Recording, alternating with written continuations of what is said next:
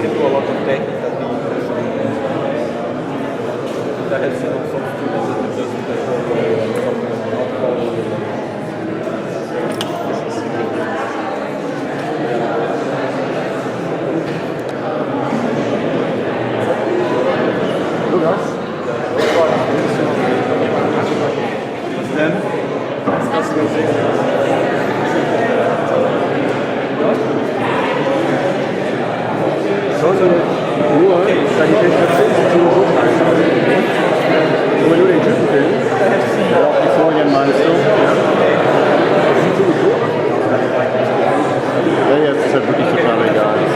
prinzipiell die Folien mitnehmen, aber ich glaube, das kannst du gar nicht so gut scharf stellen, die Folien. Nee, das ist sehr scharf. Also wenn wir es einfach so machen, dann sieht man die Typen auch. Dann sieht man den Typen zumindest. Ah. Aber das mit dem Load-Ausgang steht natürlich auch schon. Ja, aber das ist es sowieso und das guckt sich auch wirklich niemand an. Wir können auch so machen. Da sieht man nur den Typen. Na, wir fragen nochmal.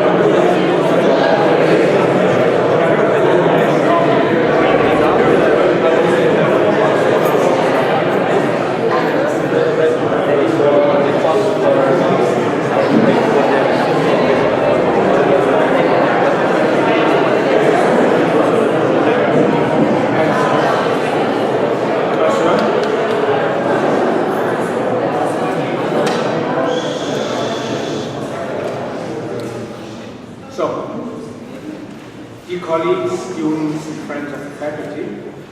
On behalf of our faculty, I would like to welcome you today for this important and very solemn ceremony that we have here. As you all know, our faculty decided to honor Professor Joel Horowitz for his outstanding academic achievements with an honorary doctoral degree. And as you probably also know, we are not doing this very often. I think that Joel Horowitz is about the fourth or fifth who gets this honor since our reunification in 1991. So you see how much routine we have doing this, and I'm afraid that he is also not going to make it easier for future cases. I'm now going to explain why. First of all, Joel Horowitz is an outstanding econometrician. I don't want to pretend that I understand the value of semi-parametric or non-parametric methods, and I never tried using them. I never tried to use bootstrap methods myself, even though I probably should have. So, fortunately for me and you, Wolfgang Hertel is going to explain the significance of Joel Horowitz's contributions to this field in a moment. All I did when I prepared this short introduction was, with things that we most of the time do, I count in publications. And so I want to, well, I did not even count them all, because I would probably not get this large number right. What I count is the number of econometric publications, and I found 12 of them, and 8 of them single-authored. So this is where our mark is from now on, and as you can easily check, there aren't many in Germany who would qualify for this honorary doctorate in the future. Secondly, Joel Horowitz contributed with this work to a field which has been of central importance to our faculty for the last 20 years. The first SFB, the CRC 373 in our faculty, which was called Quantification and Simulation of Economic Processes, had 2 groups on this topic. One group was called Semi-Parametric Methods and was headed by Wolfgang Hertle. Was the number A1 at the time, and non-parametrics time series analysis was the second one, was headed by Helmut Lütgepohl, the number A2. In the actual CRC 649, economic risk, which is still coordinated by Wolfgang Hertle, this is how you call it, coordinated. This is, we again have 2 projects related to his work. There's one semi-parametric modeling, dynamic semi-parametric modeling, which is now moved to B1, not A1 anymore, but B1. And there's the project by the structural methods and risk modeling by Spokojny, which is also closely related to your work. So you see, the models that were explored by Joel Horowitz shaped the most successful research in our faculty for the last 20 years. Third and finally, Joel Horowitz has supported our faculty actively in the last 20 years, so that our success is closely related to his successful work. When you open the old homepage of CRC 373, still on this old WW2 homepage, you do not only find a picture of an extremely young-looking Wolfgang Hertle on top of it, but also, this is the second picture you see there, is a picture of Joel Horowitz, who still looks like he looked at that time, together with Kurt Helmes and Raphael Asminski. So you see, I checked it, there's a photo of the 3 on page 2 of this old homepage, and even if you look at his CV, you can see the traces that Berlin left there. So he spent some time here in Berlin, mostly in the 90s, and he still mentions them. In other words, you can see that he helped us being successful, and you can also see the results. There are joint publications in top journals with Wolfgang and with Spokojny, so both of them profited from his being. So, to conclude, if you want to know what to do, if you want to get an honorary doctorate from our faculty, this is the answer. First, be a big shot, that is, a truly outstanding scientist. Then, dedicate your entire energy to a field which is interesting for us. And thirdly, help us being successful. And then you've done it, and as I said already, I'm quite sure that we cannot keep up with these standards unless we will have very, very few further doctorates in the future. So now I give the word to Wolfgang Hertle to explain a little bit more what exactly Joel Horowitz did. So Wolfgang, the floor is yours.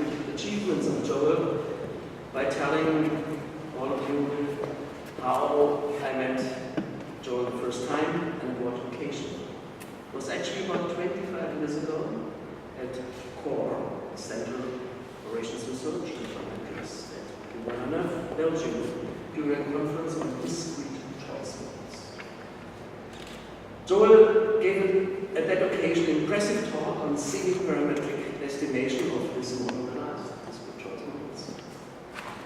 That has since then influenced many scientists, not only in economics, but also in statistics, mathematics, sociology, medicine, and also psychology.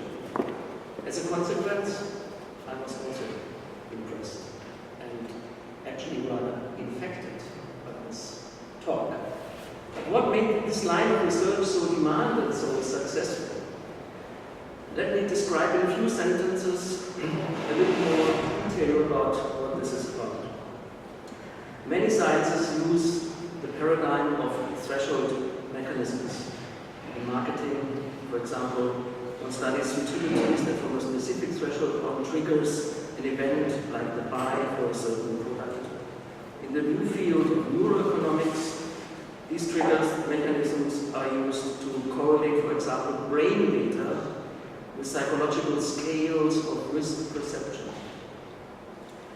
The same mechanism is used in biostatistics, where one calls these models dose-response models. In labor market analysis, one calculates unemployment spells based on such mechanisms. I could report many more scientific studies using these trigger mechanisms.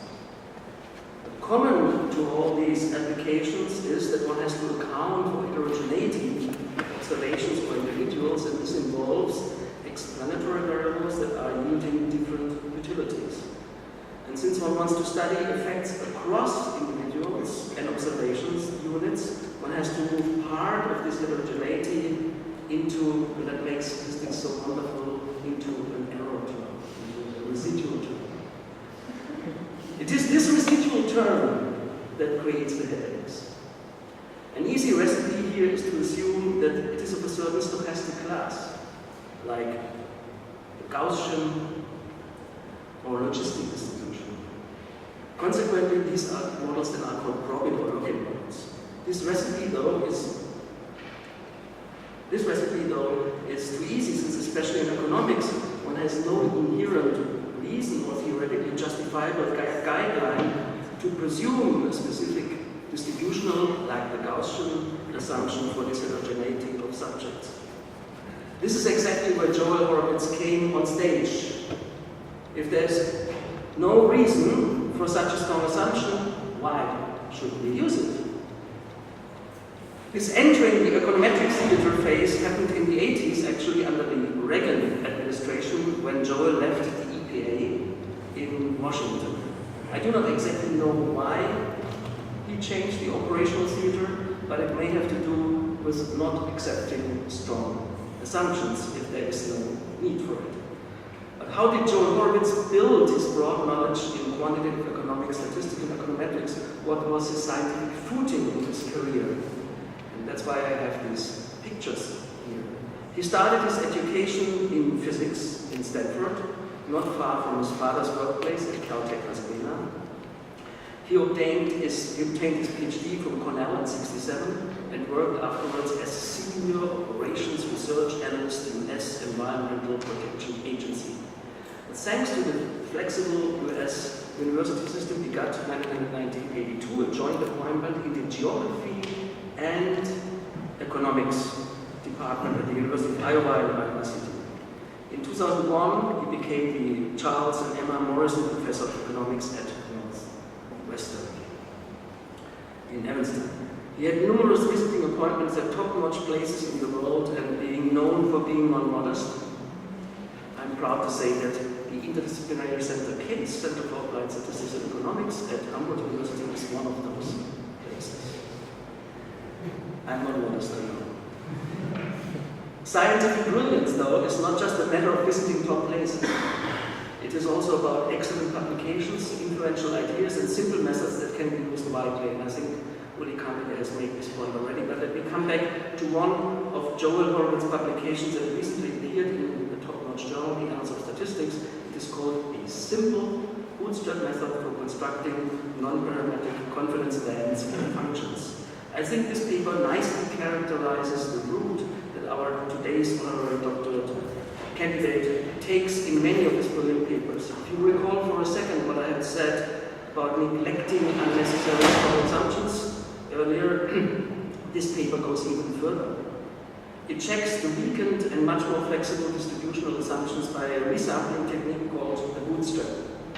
The bootstrap is something behind the boot that you use to actually strap the boot on. It's not the shoe lies, but the bootstrap. Yeah.